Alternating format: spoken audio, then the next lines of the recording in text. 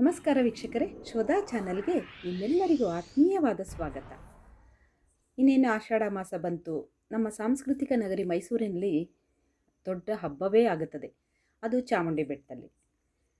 ಈ ಪವಿತ್ರ ಮಾಸದಲ್ಲಿ ತಾಯಿ ಚಾಮುಂಡೇಶ್ವರಿಯನ್ನು ಆರಾಧಿಸುವುದರಿಂದ ಸಕಲ ಕಷ್ಟಗಳು ದೂರವಾಗಿ ನಮ್ಮ ಇಷ್ಟಾರ್ಥಗಳು ಸಿದ್ಧಿಸುತ್ತವೆ ಎಂಬ ನಂಬಿಕೆ ಇದೆ.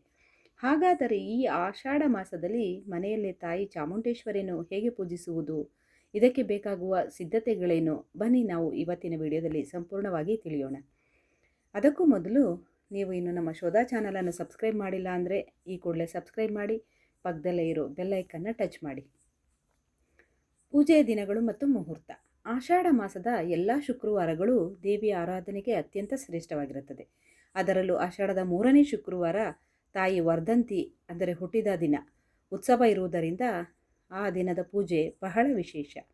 ಶುಕ್ರವಾರದಂದು ಬೆಳಿಗ್ಗೆ ಬ್ರಾಹ್ಮಿ ಮುಹೂರ್ತ ಅಥವಾ ರಾಹುಕಾಲ ಇಲ್ಲದ ಶುಭ ಸಮಯದಲ್ಲಿ ಪೂಜೆಯನ್ನು ಆರಂಭಿಸಬೇಕು. ಪೂಜೆಗೆ ಬೇಕಾಗುವ ಅಗತ್ಯ ಸಾಮಗ್ರಿಗಳು: ತಾಯಿ ಚಾಮುಂಡೇಶ್ವರಿಯ ಫೋಟೋ ಅಥವಾ ಸಣ್ಣ ವಿಗ್ರಹ, ವಿಶೇಷ ಪುಷ್ಪಗಳು, ತಾಯಿಗೆ ಪ್ರಿಯವಾದ ಕೆಂಪು ಕಣಗಿಲೆ ಹೂವು, ದಾಸವಾಳ, ಕಮಲ ಅಥವಾ ಗುಲಾಬಿ ಹೂಗಳು, ನೈವೇದ್ಯಕ್ಕೆ ನಿಂಬೆಹಣ್ಣಿನ ಚಿತ್ರಾನ್ನ, ಪಾಯಸ ಅಥವಾ ಬೆಲ್ಲದ ಪೊಂಗಲ್, ನಿಂಬೆಹಣ್ಣುಗಳು, ಆರತಿಗಾಗಿ ಮತ್ತು ದೀಪಕ್ಕಾಗಿ, ಅರಿಶಿನ, ಕುಂಕುಮ, ಅಕ್ಷತೆ, ಧೂಪ, ದೀಪ ಮತ್ತು ಕರ್ಪೂರ. ಪೂಜಾ ವಿಧಾನ, ಪೂಜೆನ ಹೇಗೆ ಮಾಡಬೇಕು ಅಂತ. ಮೊದಲನೇ ಹಂತದಲ್ಲಿ ಪೂರ್ವ ಸಿದ್ಧತೆ ಮತ್ತು ಸಂಕಲ್ಪ. ಪೂಜೆಯ ದಿನ ಬೆಳಿಗ್ಗೆ ಬೇಗ ಎದ್ದು ಶುಚಿಪೂರ್ತರಾಗಿ ಕೆಂಪು ಅಥವಾ ಹಳದಿ ಬಣ್ಣದ ಸಾಂಪ್ರದಾಯಿಕ ಉಡುಪನ್ನು ಧರಿಸುವುದು ಸೂಕ್ತ. ಪೂಜಾ ಮಂದಿರವನ್ನು ಸ್ವಚ್ಛಗೊಳಿಸಿ ರಂಗೋಲಿ ಹಾಕಿ ತಾಯಿಯ ಫೋಟೋಗೆ ಅರಿಶಿನ ಕುಂಕುಮದಿಂದ ಅಲಂಕರಿಸಿ ಕೆಂಪು ಹೂಗಳ ಹಾರವನ್ನು ಹಾಕಬೇಕು. ಮನಸ್ಸಿನಲ್ಲಿಯೇ ತಾಯಿ ಚಾಮುಂಡೇಶ್ವರಿಯನ್ನು ಸ್ಮರಿಸುತ್ತಾ ಮನೆಯವರ ಆರೋಗ್ಯ ಮತ್ತು ಸುಖಶಾಂತಿಗಾಗಿ ಪೂಜೆ ಮಾಡುತ್ತಿರುವುದಾಗಿ ಸಂಕಲ್ಪ ಮಾಡಿಕೊಳ್ಳಬೇಕು. ಎರಡನೇ ಹಂತದಲ್ಲಿ ದೀಪಾರಾಧನೆ ಮತ್ತು ಗಣೇಶ ಪೂಜೆ.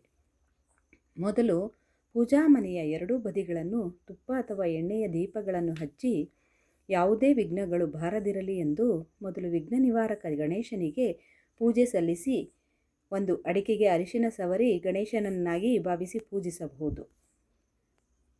ಮೂರನೇ ಹಂತದಲ್ಲಿ ಚಾಮುಂಡೇಶ್ವರಿ ಆರಾಧನೆ ಮತ್ತು ಮಂತ್ರಪಠಣ.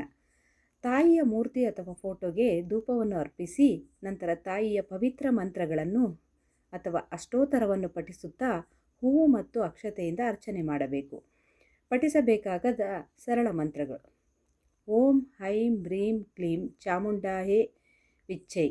ಈ ನವರಾಕ್ಷರಿ ಮಂತ್ರವನ್ನು 9, 21 ಅಥವಾ 108 ಬಾರಿ ಪಠಿಸುವುದು ಅತ್ಯಂತ ಫಲಪ್ರದ. ಜೊತೆಗೆ ಶ್ರೀ ಲಲಿತ ಸಹಸ್ರನಾಮ ಅಥವಾ ಶ್ರೀ ಮಹಿಷಾಸುರ ಮರ್ದಿನಿ ಸ್ತೋತ್ರವನ್ನು ಕೇಳಬಹುದು ಅಥವಾ ಹೇಳಬಹುದು. 4ನೇ ಹಂತದಲ್ಲಿ ನಿಂಬೆಹಣ್ಣಿನ ದೀಪದ ವಿಶೇಷ ಸೇವೆ. ಆಷಾಢ ಮಾಸದಲ್ಲಿ ಚಾಮುಂಡೇಶ್ವರಿಗೆ ನಿಂಬೆಹಣ್ಣಿನ ಆರತಿ ಅಥವಾ ದೀಪ ಹಚ್ಚುವುದು ವಿಶೇಷ.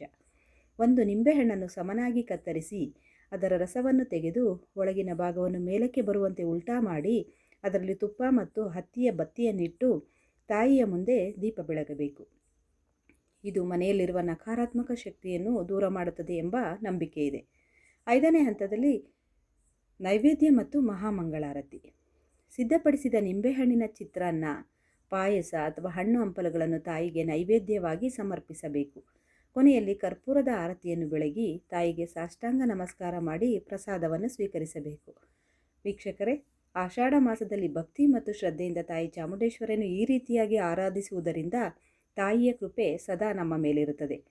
ಮೈಸೂರಿನ ಚಾಮುಂಡಿ ಬೆಟ್ಟಕ್ಕೆ ಹೋಗಲು ಸಾಧ್ಯವಾಗದವರು ಮನೆಯಲ್ಲಿಯೇ ಈ ಸರಳ ವಿಧಾನದಲ್ಲಿ ಪೂಜೆ ಸಲ್ಲಿಸಬಹುದು.